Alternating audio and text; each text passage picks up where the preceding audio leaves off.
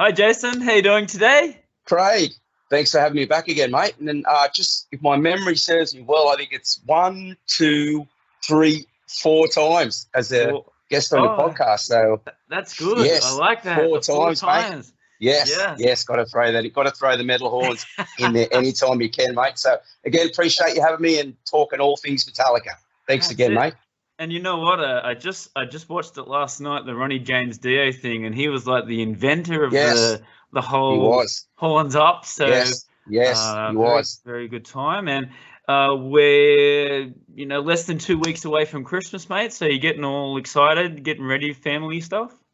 I am, mate. I'm just about to finish up work next week, and just definitely spend some quiet time with the family, mate. It's always a great time of year for that. And hopefully we get some beach weather because it has been pretty bad, Jonny, unfortunately. I hear that. Yeah, it's like didn't you say that you were turning the heater on? I mean, that's like in a jumper, like a jumper, like 2 days before, like a week before Christmas. Sorry, so like hopefully the weather kicks in and we get some nice weather. And as you know, like that time of year is the best. So looking forward to some time with Christmas. Yes, absolutely. Well, all things speaking, Metallica, you've become like our resident coming on. And the last time I talked to you, you had just come back from the 40-year anniversary shows. So it's been almost a year since you've been on here. So how time flies. But weeks ago, maybe 3 weeks ago now, woke up, bam, a new single for Metallica, a new album for Metallica, and a new tour for Metallica. Not mucking around. So, how was it in Australia? You were like 3 hours ahead of me, so you would have woken up to it as well, or did you stay up? Well, basically how it went was 2 o'clock in the morning, which is in and around lunchtime in the US. My phone just starts vibrating, like text is going off, and I'm thinking, there's something actually happening pretty damn wild on the other side of the world, because it is pretty normal to get texts from my US friends and being part of the Met family. But my phone started beeping and vibrating, like, whoa, and then just seeing all this boom, and it's really exciting. So everyone was like at another level with excitement, with new music finally from Metallica after 6 long years after Hardwired. Yeah, so they bring the single out, they bring the 10 dates, and then it's like, okay, you've got 2 days to get all your money for these tickets and you have a chance to get these tickets. So, gone are the days where you can wait like a month or 2 months, but 2 or 3 days, get those tickets, go. Yeah, there's no mucking around, is there? Like, as you rightly say, it's boom, in your face. You've got 2 days to readjust. You've got work issues. You've got family. Where does it all fit? Can I do this? Can I do that? And it was just like, for me, it was a brain explosion. So again, it was you really got to think through it. Again, like, that's Metallica for you. They always throw a spanner in the works, boom, straight out of the gate. So again, exciting times to be a Metallica fan. And the new single, Lux Aeterna. Lux Aeterna. Aeterna. There you go. Lux Aeterna. So that's eternal light in Latin. Oh, there you go. Yeah, right. Yeah. So it comes out, we hear it, and for me it was like, whoa, this is like really old school sort of sounding. Like the guitar sound was very old school, double kick, very, very fast. 2 solos there. Very old school. So how's the reaction been for you, and what about like in your fan base? Talking about it's very, very Motorhead-esque for me, with an element of Diamond Head, particularly with his vocal harmonies. A song called "It's Electric," which was off the Garage Inc. album. So again, a lot of influence there, but real 80s Metallica style, particularly with the writing of the song. Very simple, but just that real great energy and feel. So initially I got that sense of like, it's like Metallica 2022 revisiting early 80s Metallica. So that rebirth, if you want to word it that way, was like, that's Metallica at its best. And there's definitely no slowing down. I mean, we talked about it last time where the sort of mental health side of it, keep the train going. But wow, from this song, I mean, that's the single. They're going to have to play that nearly every night at the shows. So yeah, let's talk about that as well. Well, of course. Again, in the context of a new album, you don't know exactly what's on the album. So yes, if you're talking particularly from this song, without a shadow of a doubt, I think that actually really brings forth in and around their new touring schedule, the no repeat weekend, which is a big selling point for the tour, which we'll talk about later. But yeah, definitely, as you talk about longevity and moving forward, it's definitely something that they would have to think about. But the song itself, for sure, like high energy, really, really in your face with a lot of elements. Again, with 80s style feel. You can't really ask for too much more than that from a band of 40 plus years now. Yeah, absolutely. And the new album, 72 Seasons, I do believe it's supposed to come out next year. Yeah, so new album arrives on April the 14th.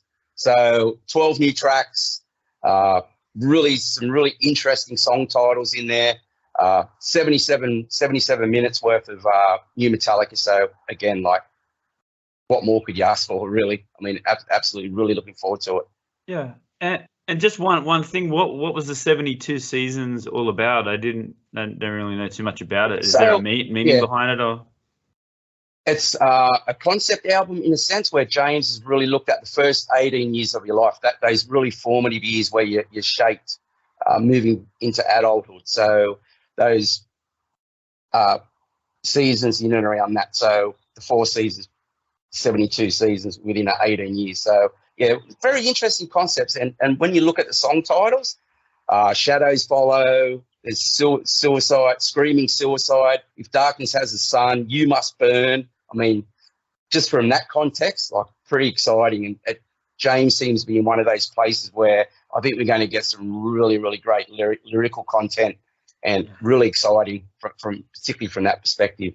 Well, this whole sort of 5 or 6 years since the last album, he would have had he's had a lot of things go on in his life. So again, I think he's got a lot of things to say for this album, which is very, very exciting. So they also announced a new tour as well. We can't really say a world tour, but yeah, they've announced a bunch of shows for 2023 and 2024. So let's talk about this. Why not a world tour, Jace? Well, the obvious reason is they didn't include Australia. So we'll get to that later. It is, we really have to, we reminisce not to talk about that. It's really important that we do, but being Australian fans of the band. But in just the overall selling of the new tour is, they've worded it as a world tour, but it's 22 dates across Europe, 46 shows with the back-to-back weekends in Mexico and a festival show in Download, aka Donington. So overall, 48 shows over the next 2 years across Europe and North America and Mexico City. So they're all their primary markets. And they're all doing Australia misses out. So they're all doing like Friday and Sunday, right? So it's 2 days in the one show, in the one city. For the most part. And that's a selling point. No repeat weekend, two unique sets, which is really great for particularly people from those markets, because you can fly in on the Thursday night, for even Friday at the latest, and then you're home on the Monday morning. So it's a really great selling point from that perspective. Not great for an international travel or fans from outside those primary markets, but that's something we've always dealt with Metallica. But yeah, that's something they've really pushed forward on this new tour, and it's a great selling point again, as I mentioned before. Yeah, and then for the tickets too, they have done it for the last maybe 2 or 3 tours, but they have a black ticket where you can buy one ticket, and then it gives you access to as many shows in that country. Is it? And that's correct. So it's an enhanced ticket. So within that there's from a Lux Aeterna platform ticket between, I think, around $8,000 Australian, which you can get 8 friends to share in that. So for 8 people, and it filters all the way down to same day tickets. So there's a gamut of options that you can get. The one you're specifically talking about has been on this tour is I Disappear. That gets you in. You can get a silver, which gets you into a European silver for all your European dates for this year, or European dates for next year for 2024, and vice versa with the US. Or you can get the diamond, which gets you into every show on tour. So, I mean, they're giving everyone an option right through from the very top to the very bottom to accommodate everybody, really, and particularly those next level fans that want to get to more shows. Like, gone are the days also with the ticket prices as well. Like, again, with the last couple of years, it's changed quite a bit, and you know, where they used to be able to have the opportunity to go backstage and if you're in the fan club to meet the band, that's gone away now, and the ticket prices of all of a sudden, and of course of inflation and the business, I guess, you know, that's the reason why that it's going up. But for the average punter, I mean, what do you think of this? Yeah, I mean, it just follows their business aspect of where they're actually heading now. So it's a conversation for another day, another podcast, really. But the cost is relevant to their success. Yeah. So that's just how you have to look at it, and you've got to accept, particularly if you look at it from a corporate perspective, that as you put the word inflation in there, there's always going to be upmarket on particularly when things get successful. So Metallica's got their name on pretty much everything these days. So there's that element of it. If you're talking strictly about ticket prices, well, guess what? People are going to pay that because it just gets pushed and pushed further along, and just how much demand there is, people will buy. So as long as you've got that, they understand that from a business perspective. So people are going to pay. So they'll put the prices up. So yeah, that's just where we're at with Metallica in 2022. Yeah. And with Australia, I mean, that's a big hot topic. We said it before, how we're both from Australia. I come down in 2019 to come back to Australia to see you there. We met in Perth. We did one of the very first podcasts in Perth, and it got cancelled. So again, we miss out on this tour. And you know, is there a backlash with the Australian fans? I've seen some messages saying that that we're starting to get a little bit annoyed. It's been a long time now. We haven't seen the band. So let's talk about this, Jay. So like, what's your reactions? Like, what are you hearing in your Facebook chat group?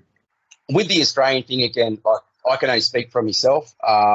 There is a level of disrespect there, particularly when you have a cancelled tour. No one's suggesting anything about why 2019 was cancelled. That's the health of someone. That's way more important than anything else. But if it's talking strictly from a principle standpoint, yeah, they've disrespected Australian fans. So I do feel for a lot of Aussie fans. There's a lot of passionate, educated within the fan base, dedicated, loyal fans that really don't have the opportunity to travel. So I really do feel for them. So it is disappointing for the Aussie fans from that perspective, for sure.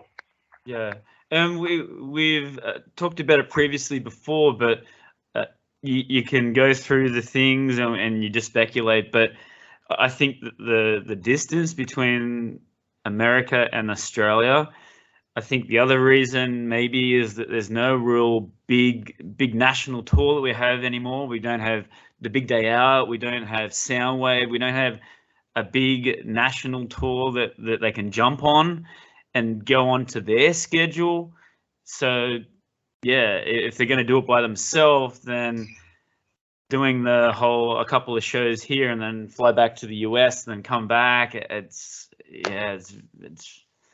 well, it certainly doesn't fit. Yeah, it certainly doesn't fit in this M72 the way they've set it up, exactly how it is now. So if they're going to evolve that, and that evolves, and the evolution of this tour will probably change, and away from the 2-day weekend, 2 unique sets will probably stay, but it might be just over a shorter period of time. So if you're going to follow a 2-weekend formula, that's just a band's not going to spend 5 weeks in Australia. They're going to do 5 cities. So again, my perspective on this is, I think this first 2 years will then morph, and then the evolution will change, and they'll fit Australia and other countries in that, and maybe do a block of shows, and then like they did very similar to Death Magnetic, fly in for 3 or 4 shows, and then maybe stay, go home again, and then come back. So I'm not quite sure exactly how it all fit, but again, it will change, and this tour will evolve as we move along, because I can't see them going back in the studio after 2 years. So we might fit into this specific first setup of M72, but I'm sure it'll evolve into Australia getting an opportunity further down the track. Yeah. And didn't you see somewhere that they've actually said that we definitely won't be fitted into this 2023-24 tour? Through their on their official fan club forum, there was because so many people were asking the question, there was a generic notification from the people that run that club. It's not officially from the band. Oh, right. And right. basically what it stated was they really tried through periods of this year, particularly. They really tried, within the last couple of years to try and fit Australia in, but unfortunately it didn't work out. And unfortunately, we'll try our best to do something for you beyond 2025. So again, that's not through official band notification. That was through their fan club, who work for the band directly, though. So I mean, you could take that. I take that pretty as credible. I take that highly credible information. Yeah. And then, like, just thinking about it, if they were to come, just hypothetically, if they were to come to Australia and they did 2 shows in Brisbane, the weekend thing in Brisbane, the weekend thing in Sydney, the weekend thing in Melbourne, and then maybe Auckland, that's a long time. It's not going to work. It's not going to work in this current formula with the first stage of, if you want to word it that way, of M72 Tour. World Tour. It'll evolve into something a little bit different that fits an Australian model that's best for the band, etc. So, and also just availability of stadiums. So when all that fits into place, that's when Australia will get some dates. But until then, unfortunately, we've got to eat a shit sandwich. Sorry for the term, but that's just how it is. It's a corporate decision. It is a monetary decision. That's really leaves a bit of taste, but it's also a reality in and around just where Metallica are at the moment. Yeah. They've just gone, when you think they can't get any bigger, they've just got bigger. So that's just the only way you can frame it. And the other thing that's interesting is, will there be a backlash in the album sales or the album downloads in Australia? Because we're not the biggest market, but we're very passionate. And I think with a lot of the sales, with all the bands internationally from Australia, we're very consistent, and I think that Metallica will always have that there's people buying stuff. So yeah, it'll be interesting to see how the album sales for this one for Australia, definitely with what's happened. What you definitely make a great point there, Craig, and it's something I'm going to be interested to see, because I have seen a lot of backlash from a lot of Australian fans, and there's a lot of bitterness and resentment there. Again, it's disappointing.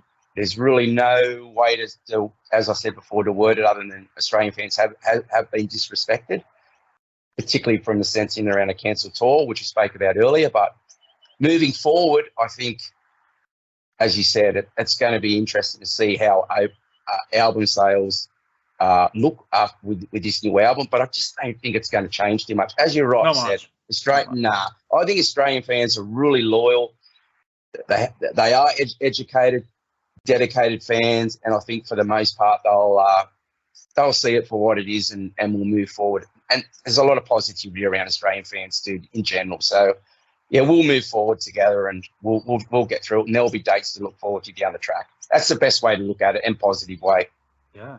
And be on a positive side, if they're not going to come to Australia, like I've done for a long time, you go and visit them. If they don't come to you, you go to them. So, I mean, I'm organising plans to go there for next year, and I know a couple of other people have also mentioned that they want to go as well. So, what's your sort of plan at the moment, mate? Have you got any sort of Well, I mean, you make a great point there about travelling, and again, we're in that circumstance where we can. And for me, I know I got to a stage in my fandom that like it was around 95.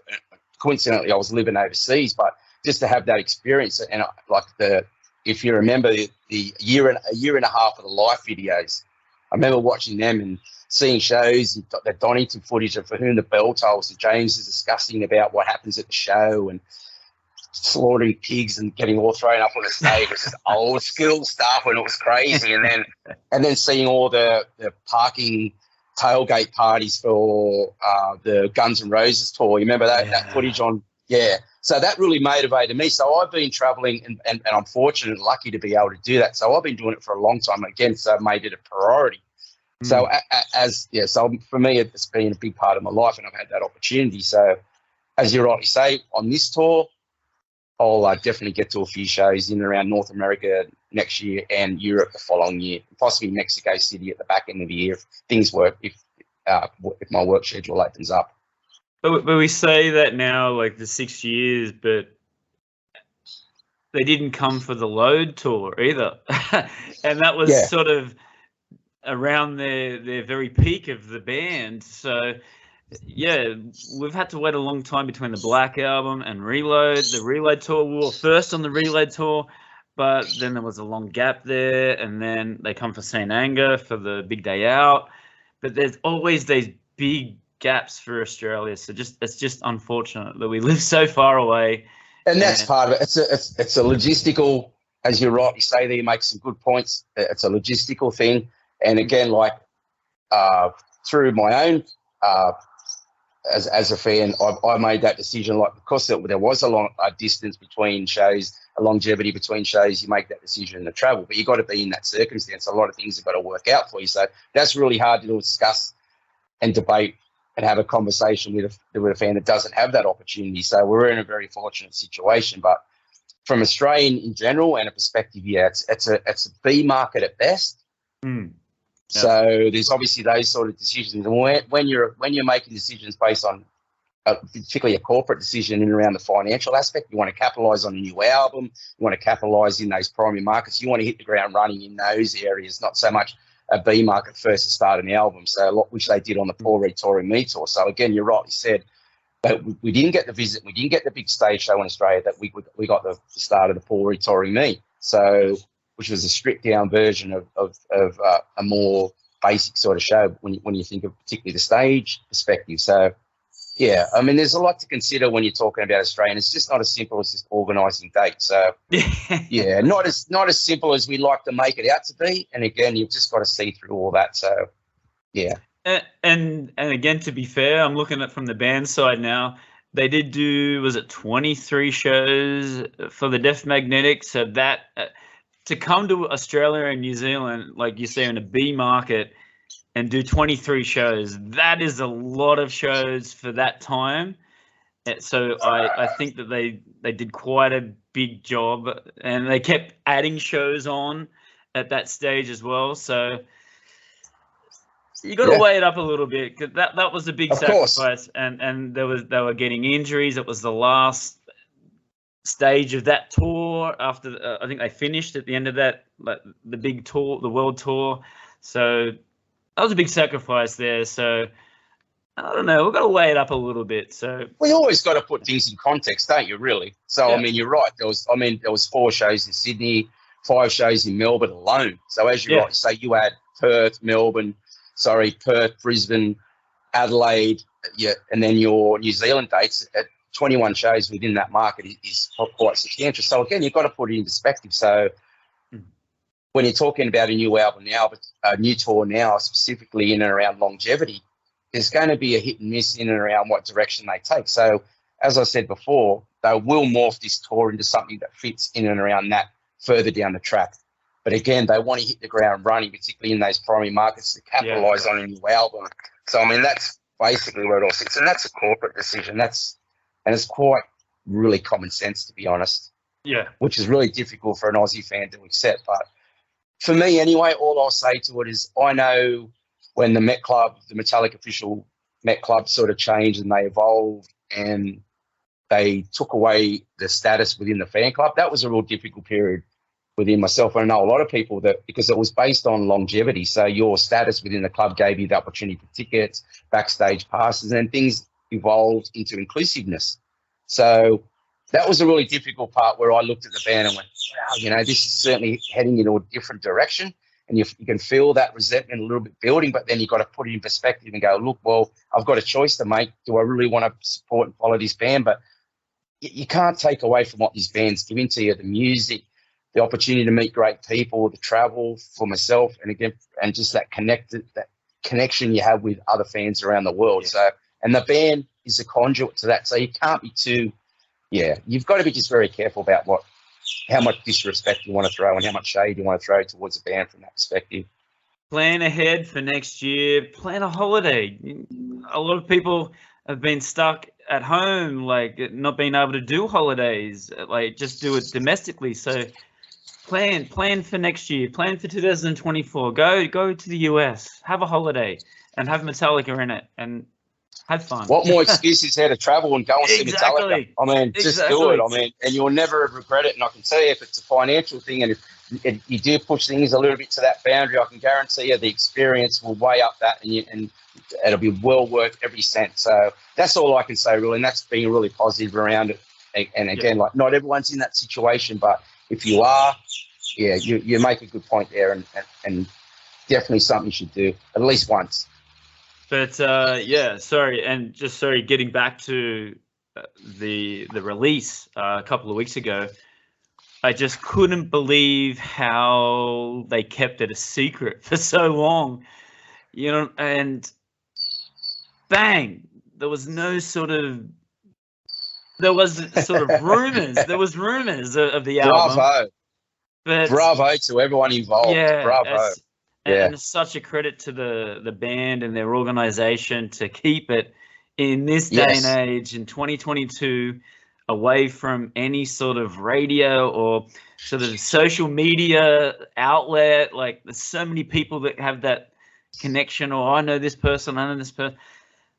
Yeah, bravo. I mean, there's not much else to say. You've made all the points right there. So again, like the organisational aspect, obviously there's confidentiality in there and agreements in and around all those things, but you make a good point. I know Lars actually said he was on the Howard Stern to actually promote the new album and unveil the new album and new single. So he actually said that. He goes, I don't know how it didn't leak, but we're here. Here's a new song. I just see within his mannerisms, you know, when Lars gets that Lars-esque sort of thing where he's, you know, all that type of stuff being real Lars, but you could tell that was a real prominent thing in his perspective, because I don't think there'd be anything worse than the song leaking when you don't want to control how you unveil that song. So it's a big thing for them, isn't it, really? So again, absolutely brilliant. Bravo. Yeah, it's so good. And the way that they did it just a couple of weeks before Christmas. I know they've done that a couple of times, but marketing geniuses as well, whoever's doing that as well, bravo. Yeah, I mean, that's a machine, isn't it? I mean, again, it's... Got some tickets, we've got some tour dates. We've got some tour dates for next year, just before Christmas. So yeah, of course. That's promotional, like, at its best, isn't it? Metallica's always done that. They've always found a way to connect with the fans. And again, the fan base is so ravenous these days that, like, it doesn't matter what they put out. They've got everything under the sun with their name on it now. And the collector side of things, they've got a whiskey brand now, Black Hand. It just goes on. It just doesn't stop. And it's just endless for people just to be ravenous in and around all that. So new music's another element to it. But yeah, it's definitely interesting times to be a Metallica fan, and exciting, of course. Yeah, but it was so good to just wake up and hear a new song, and everything's all positive and back to normal. Like we talked before about James and the struggles that he's had, but yeah, this is so positive, and it's good to see him on videos now talking about the new album and how everything's all good and he's ready to go. So they've got a couple months off and then away they go. So do you think they'll do some sort of promotion in Europe and America like they've done on the previous? They'll do a few promotional warm-up shows leading into April. The tour kicks off at the back end of April, around the 28th April in Amsterdam. So yeah, they'll do some lead up shows in the US and promotional appearances, etc. Maybe the TV run through the American TV. So yeah, that's all something to look forward to. I enjoy all those. Like maybe get a studio version of a second single to add to. We'll definitely get a second single. So that'll be interesting because where Lux Aeterna sits in terms of a lead single is going to be really interesting because my feeling is it's actually track 6 on the running order of the album, so which is very interesting. So yeah, it really bodes well for this new album. And as I mentioned before, the song titles are really interesting, really dark, really moody type song titles. So again, as you rightly said, James is in one of those headspaces where from a lyrical content can really express how he's feeling about certain things. He's done that a lot in live shows, particularly this last 12 months.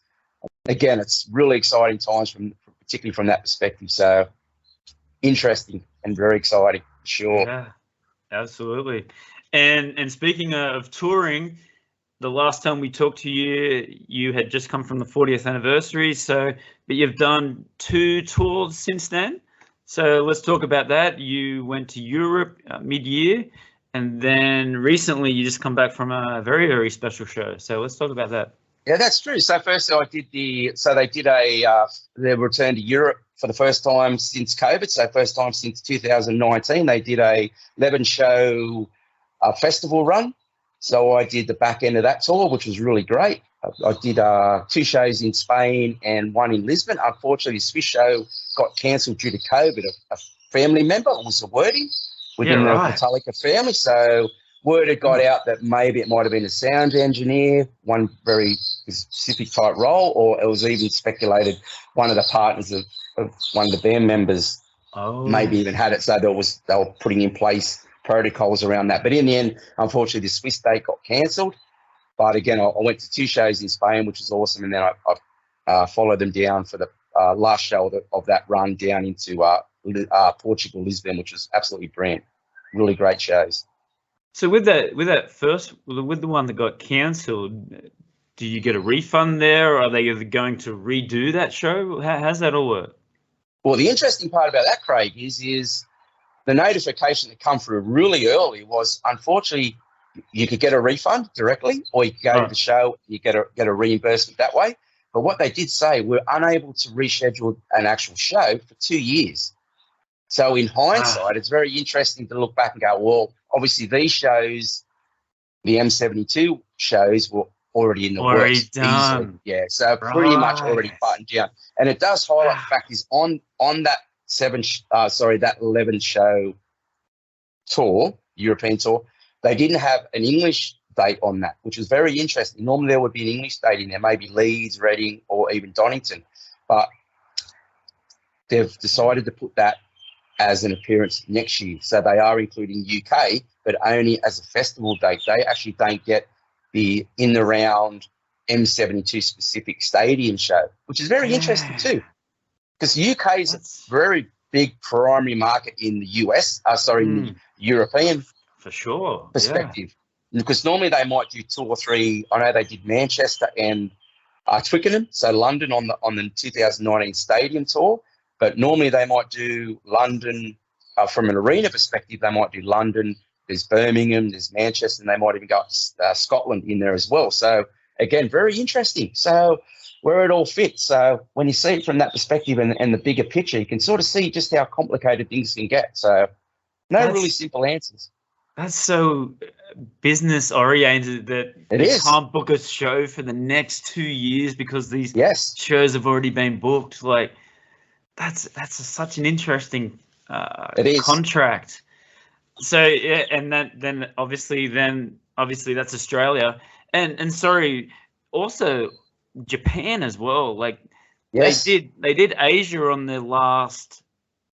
That was the start 2017. Yeah, they did a run through China. They did China. They did Hong Kong. As you rightly say, Korea. But again, there was no Japan. So that's very interesting.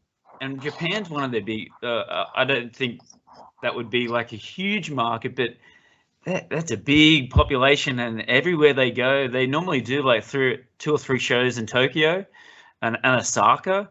So that's very interesting that they put Japan on that tour as well.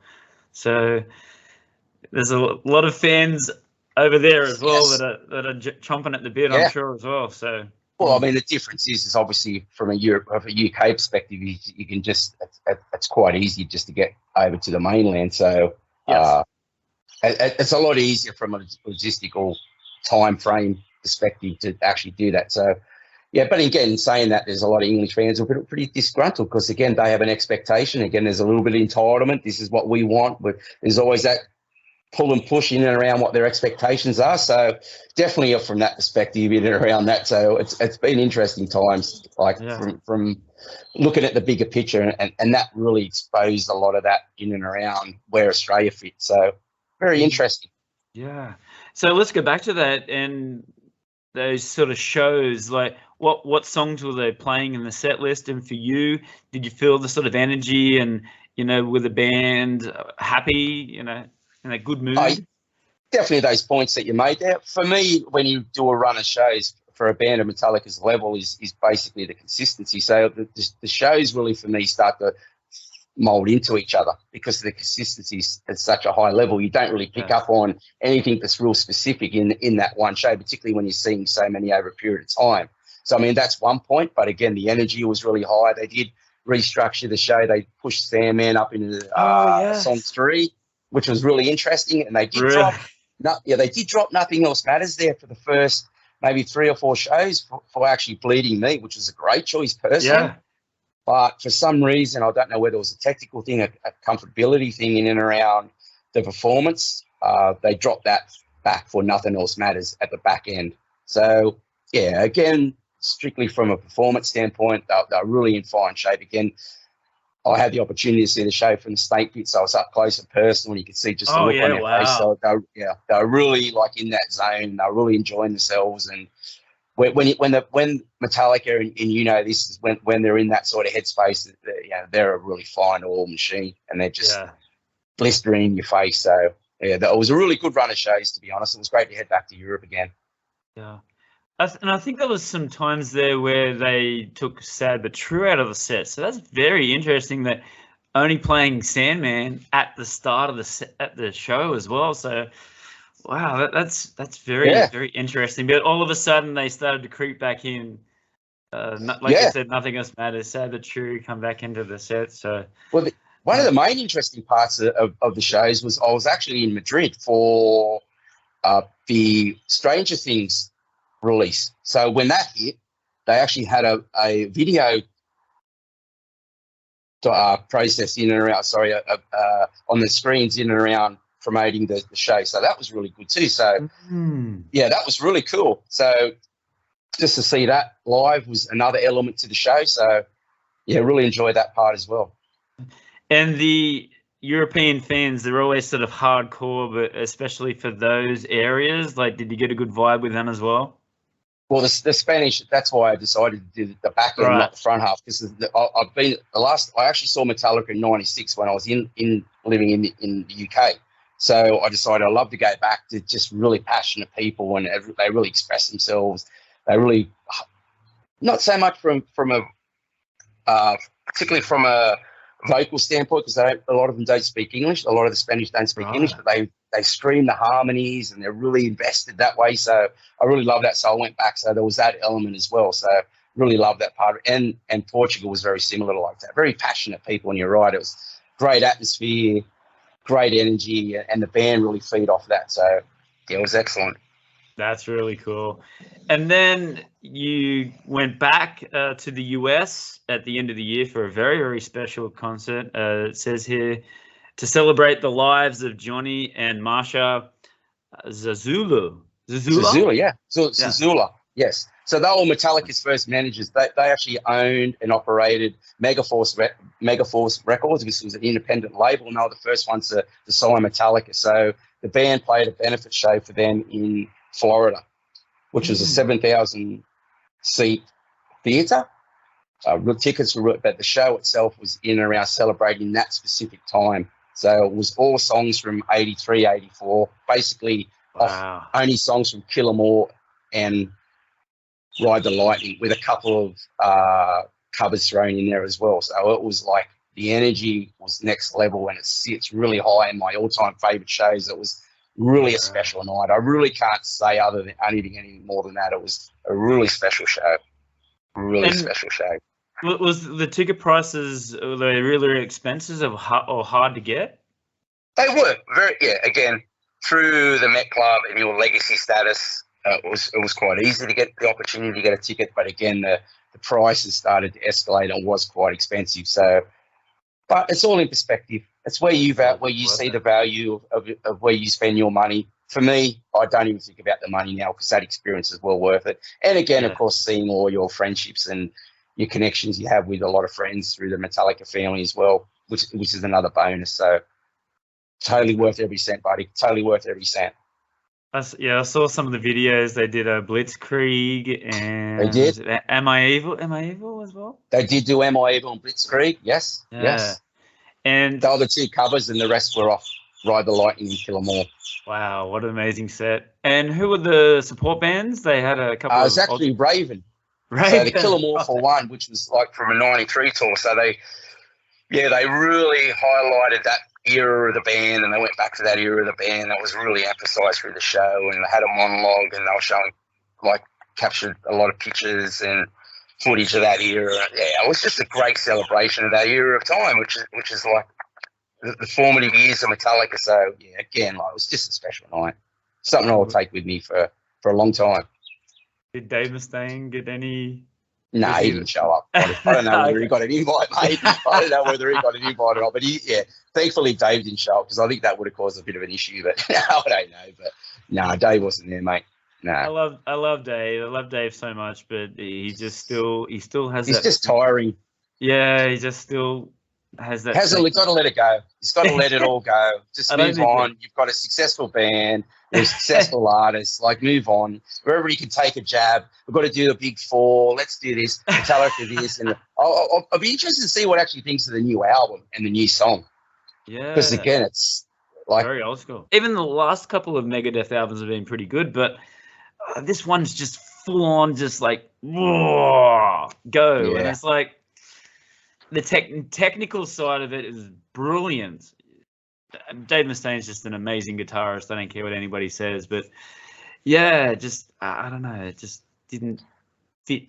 I don't want to listen to it many times. Yeah. I listened to the new song and it just didn't gain any traction with me. Again, it's a lot of the posturing and the showmanship. I know a lot of people love all that. I just don't. I don't feel that connection with that band.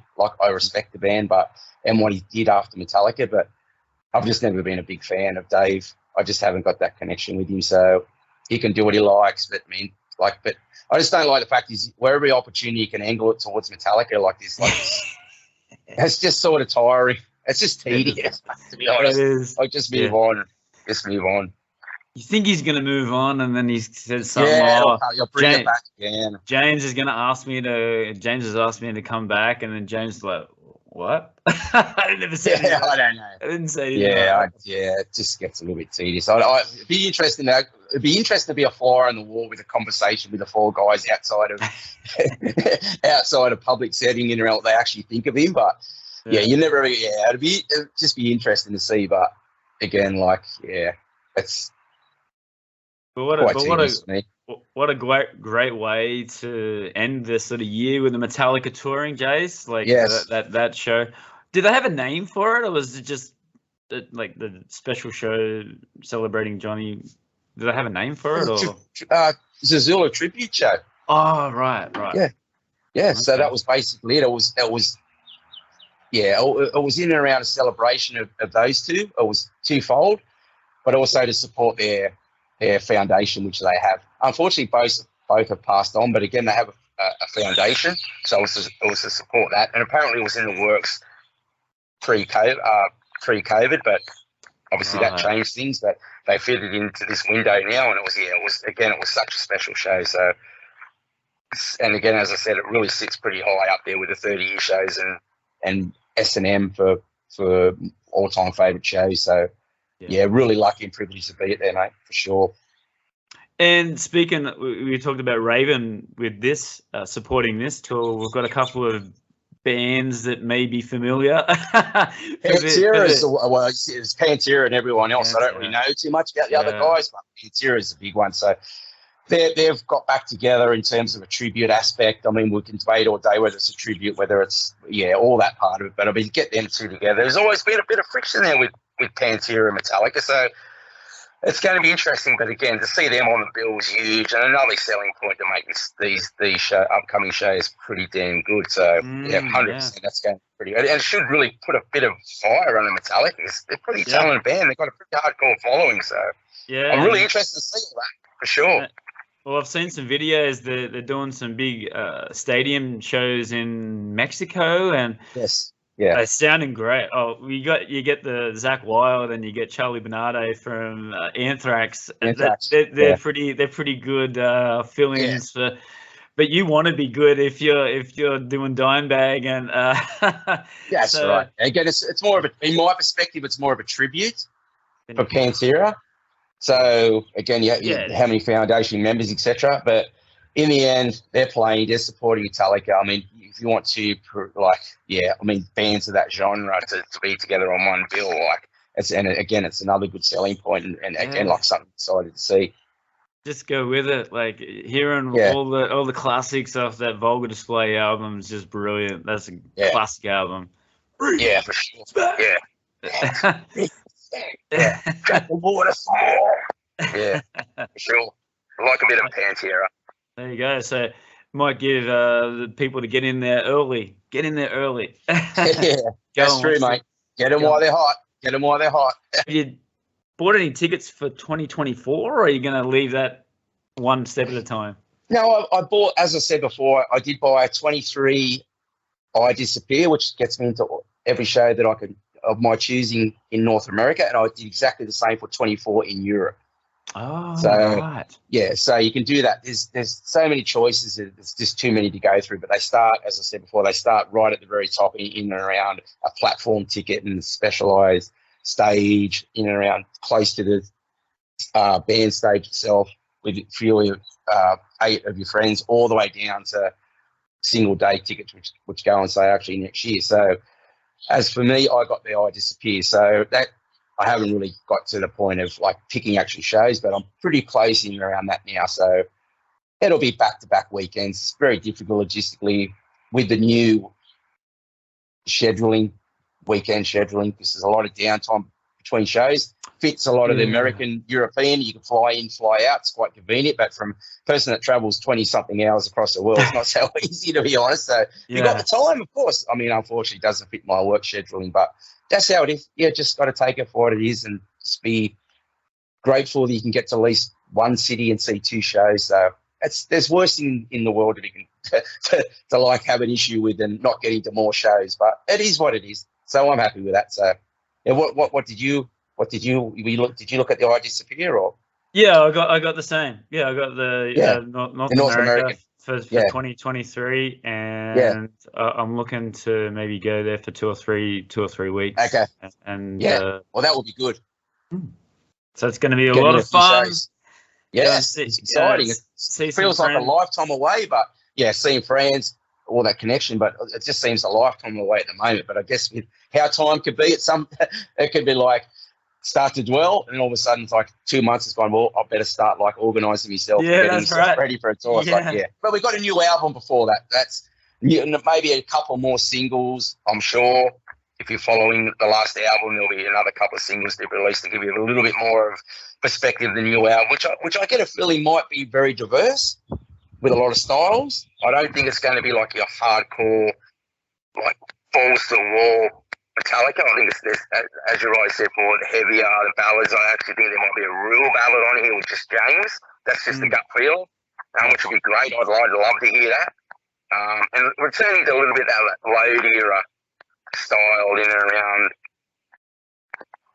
just subtle changes in and around the musical sense with a lot of influences. You've already seen an 80s style with Kill 'Em All, returning to that. I think you'll see another one where there's another element brought into another song. It'll be very, very diverse record, which makes it really, really exciting to anticipate what's coming. So April cannot come soon enough, buddy. Sooner than later. And you can go on their website and pre-order all the albums. Yes. Yep. Records. Yeah, they've got 5 or 6 variations on there for all the collectors. There's LP, there's a download, there's a CD, there's everything on there. Just check on Metallica.com. You'll see it. It's all yellow. The graphics are all yellow. The new album, the graphics on the new album is quite interesting. Killer Bees. So that's Killer Bees. Yes, the Killer Bees. It's all yellow. So we've got a black album now. We've got a yellow album. So I mean, that's created a bit of a conversation around with the concept, with the crib, and with all the specific age-related items on just below the crib. So that was very interesting. And again, it's created a bit of conversation, which I guess that's what Metallica wants. Not everyone's going to love it. Not everyone's going to like it. Everyone can sit in the middle, but we're talking about it. Ever since I followed Metallica, it's always controversial. There's always there's everything. We're all going to have an opinion. We're all going to have our opinion. It can be quite divisive at times, but again, like, that's Metallica for you. And like, I love it. I love the conversation. I love the talk. Yeah, love the talk Metallica, for sure. Yeah, through their whole career. And getting back to the touring thing, I'm looking at going to Montreal. I've never been to that side of Canada, and I've never been to New Jersey. So really exciting times to actually explore. Even though the touring schedule is only on the weekends, it gives me some time to sort of visit some places that I've never been to, and then on the weekend, a Metallica show, 2 Metallica shows. So perfect. Well, 4 if you're there for a couple of weeks, 6 if you're there for 3 weeks. I mean, that's the benefit of the new touring schedule. So whether they keep that long term, I'm not quite sure, but it's very interesting. And again, it's probably a bit of foresight in around where they're heading with limited shows. I think it's 40-something shows per year. 23 shows per year. So it's 46 shows over 2 years. So that's really limiting their show numbers, which is about longevity. And James has actually come out and said they want to be fresh. They want to be 110%. They want to make sure people get value for money. And I really do respect that from that perspective. And James is very much performance orientated. So he wants to be at his best. And I think this is a step forward to that. And for me, if it's longevity and we get to have the band around for longer, I'm all for that. So for sure. Me too. And do you think that there will be any added shows like with the download? I think that's the only one that's not a part of this new tour. So I'm just wondering if they do get that urge, or some sort of big festival comes up that they actually want to be a part of, if they can do that, or that whole contract episode where that Spain show that you were talking about before. Very interesting. So let's see how it goes, but it's exciting times, and it is. I'll see you in the US, buddy. If I don't see you before, for sure, buddy. Thanks for having me again, mate. It's been a great chat, and again, 4 shows. I mean, I don't know whether I get paid per download or whatever, mate. So I'm not quite sure. No, again, I always appreciate you inviting me on, and have a great Chrissy, and we'll catch up in the new year, eh? And happy Christmas and New Year to all your followers. Thanks, buddy. Yeah, no worries.